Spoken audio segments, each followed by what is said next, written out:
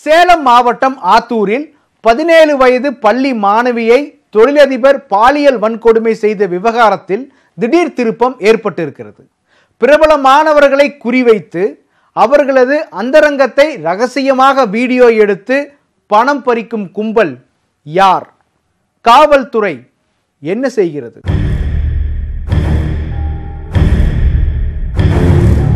Viagra மாத்திரைகளை உட்கொண்டு 76 வயதான தொழிலதிபர் ஒருவர் 17 வயது சிறுமியை பாலியல் வன்கொடுமை செய்த இந்த காட்சிகள் தற்போது சமூக வலைதளங்களில் கசிந்துள்ளது. இந்த கொடூரமான காட்சிகளின் பின்னணியை விசாரித்த போது நெஞ்சை பதற வைக்கிறது. இந்த வீடியோவில் உள்ளவர் ஆத்தூர் உடையார் பாளையத்தை சேர்ந்த தொழிலதிபர் நடராஜன். இவர்தான் 17 வயது பள்ளி மாணவியை தனது பாலியல் இச்சைக்கு பயன்படுத்தியதாக போக்சோ சட்டத்தின் கீழ் கைது செய்யப்பட்டுள்ளார். இவரது பாலியல் லீலைகளை ரகசியமாக வீடியோ எடுத்து வைத்துள்ள ஒரு கும்பல் அவற்றை காட்டி 25 லட்சம் ரூபாய் பணம் கேட்டு மிரட்டியதாக கூறப்படுகிறது. உண்மையில் நடந்தது என்ன?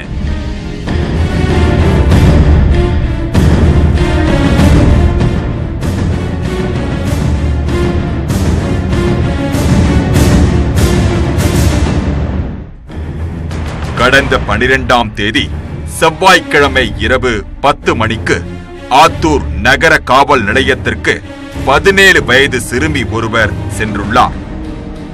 ஆத்தூர் வடக்கு உடையார் பாளையத்தை சேர்ந்த பிரபல தொழிலதிபர் 76 வயதான நடராஜன் என்பவர் கடந்த 2 மாத காலமாக தன்னை பாலியல் இச்சைக்கு பயன்படுத்தியதாகவும் வெளியில் சொன்னால் கொலை செய்து விடுவதாக மிரட்டியதாகவும் புகார் அளித்தார். புகாரை பெற்றுக்கொண்ட போலீசார் நடராஜனிடம் நடத்திய விசாரணையில் நடந்தது உண்மை என தெரிய வந்தது. இதையடுத்து போக்சோ சட்டத்தின் கீழ் முதியவர் நடராஜன் கைது செய்யப்பட்டு சிறையில் அடைக்கப்பட்டார். 17 வயது சிறுமி எவ்வாறு பாதிப்பிற்கு உள்ளானார்? சேலம் மாவட்டம் ஆத்தூர் உடையார் பாளையத்தில் பிரபல இருசக்கர வாகன விற்பனை டீலராக இருப்பவர் நடராஜன். அதே பகுதியை சேர்ந்த மனநிலை பாதிக்கப்பட்ட பெண்ணின் மகள்தான் பாதிக்கப்பட்ட 17 வயது சிறுமி. இவர் அந்த பகுதியில் உள்ள அரசு பள்ளி ஒன்றில் +2 படித்து வருகிறார். குடும்ப சூழல் காரணமாக அந்த சிறுமி அக்கம் பக்கத்து வீடுகளில் வேலை செய்தபடியே படித்து வருகிறார். முதியவர் நடராஜன் வீட்டிற்கும் அந்த சிறுமி வேலைக்காக சென்று வந்துள்ளார்.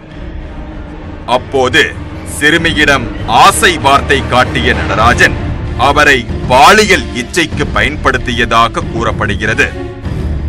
தனது அலுவலகத்தில் உள்ள அறையில் அவர் கடந்த 2 மாதங்களாக சிறுமியை பாலியல் ரீதியாக பயன்படுத்தி வந்துள்ளார்.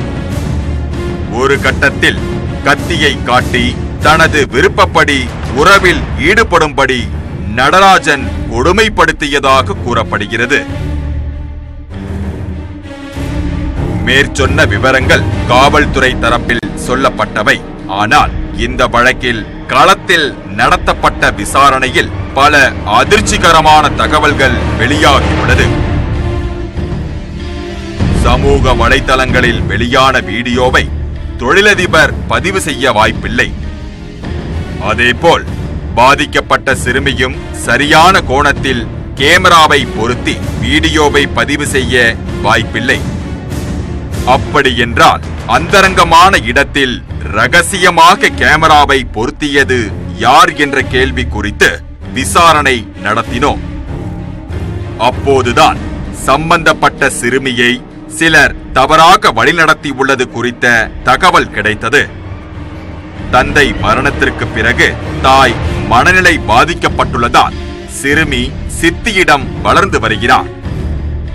சித்தியும் அவரை சேர்ந்த ஒரு கும்பலும் சிறுமியை தாங்கள் பணத்தாசைக்கு பயன்படுத்தியுள்ளதாக தகவல் வெளியாகியுள்ளது. இச்சிறுமியை பகடைக்காயாக பயன்படுத்தி தொழிலதிபருக்கு பாலியல் விருந்தாக்கி அதை ரகசியமாக அந்த கும்பல் வீடியோ எடுத்துள்ளது. அந்த வீடியோக்களை தொழிலதிபரிடம் காட்டி 25 லட்சம் ரூபாய் பணம் கேட்டு அந்த கும்பல் மிரட்டியதாக கூறப்படுகிறது. முதியவர் நடராஜன் மறுக்கவே வீடியோ காட்சிகளை அந்த கும்பல் பரப்பிவிட்டுள்ளது. கடந்த சில நாட்களாக சேலம் மாவட்டத்தில் அந்த வீடியோ காட்சிகள் வைரலாக பரவி வருகின்றன. இது ஒரு புறம் இருக்க, பாதிக்கப்பட்ட சிறுமி காவல் நிலையத்தை அணுகியவுடன் போலீசார் இந்த வழக்கை முடக்கியுள்ளனர். சம்பந்தப்பட்ட ஆத்தூர் நகர காவல் நிலைய காவல் ஆய்வாளர் கேசவன் ஒரு தொகையை பெற்றுக்கொண்டு இந்த வழக்கை பதிவு செய்ய தாமதமாக்கியதாக புகார் எழுந்துள்ளது. ஆனால் கசிந்த வீடியோ காட்சிகளை மாவட்ட எஸ்பி தீபா கணிக்கர் பார்த்து அதிர்ச்சி அடைந்துள்ளார். சம்பந்தப்பட்ட தொழிலதிபரை உடனடியாக போக்சோ சட்டத்தின் கீழ் கைது செய்யுங்கள் என சேலம் எஸ்பி தீபா கணிக்கர் உத்தரவிட்டார். அதன் பிறகே ஆத்தூர் நகர போலீசார் விரைந்து செயல்பட்டு தொழிலதிபர் நடராஜனை கைது செய்துள்ளனர். மேலும் நடராஜன் போன்ற நபர்களை இது போன்ற பாலியல் மோசடிகளில் சிக்க வைப்பதற்காகவே ஒரு கும்பல் செயல்படுகிறது. அந்த கும்பல் தங்களிடம் சிக்கும் பெண்களை பாலியல் தொழிலிலும் ஈடுபடுத்தி வருகிறது என்ற குற்றச்சாட்டு எழுந்துள்ளது. குழந்தையை வைத்து அந்த அந்த ஈக்குவலி இந்த எப்படியோ அந்த வன்முறைக்கு எவ்வளோ தண்டனை, அதே இணையான தண்டனை தான் இதுவும். ஏன்னா அவங்க இந்த குழந்தையை அதற்கு பயன்படுத்தி இருக்கிறார்கள் அப்படின்றப்ப.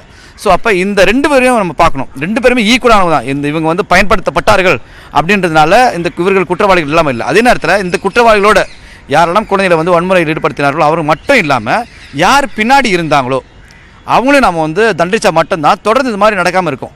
இந்த வழக்கில் அடுத்த அதிர்ச்சியான தகவல் என்ன? சிறுமி பாலியல் வன்கொடுமை வழக்குகளில் சட்டப்படி மகளிர் காவல் நிலையங்களில்தான் கையாள வேண்டும்.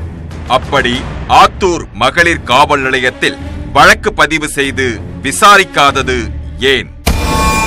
போக்சோ சட்டத்தின் கீழ் ஒரு சிறுமி புகார் அளிக்கிறார் என்றால் அவரை அரசு காப்பகத்தில்தான் அனுமதிக்க வேண்டும். ஆனால் இந்த வழக்கில் சிறுமியை அவரது சித்தியுடன் செல்ல அனுமதித்தது ஏன்? பாதிப்பிற்குள்ளான சிறுமியின் வீட்டிற்கு சென்று விசாரித்ததில் சிறுமி எங்கிருக்கிறார் என்று தங்களுக்கு தெரியாது என்று கூறியுள்ளனர். இந்த கேள்விகள் குறித்து மாவட்ட காவல் கண்காணிப்பாளர் எஸ்பி தீபா கணிக்கரை தொடர்பு கொண்டு கேட்க முயற்சி செய்தோம். ஆனால் ஆய்வாளர் பணியிட மாற்றம் தொடர்பான ஆலோசனையில் தீவிரமாக இருப்பதாக அவரது முகாம் அதிகாரிகள் கூறிவிட்டு தொலைபேசியை துண்டித்துவிட்டனர். இந்த வழக்கை போலீசார் முழுமையாக விசாரிப்பார்களா?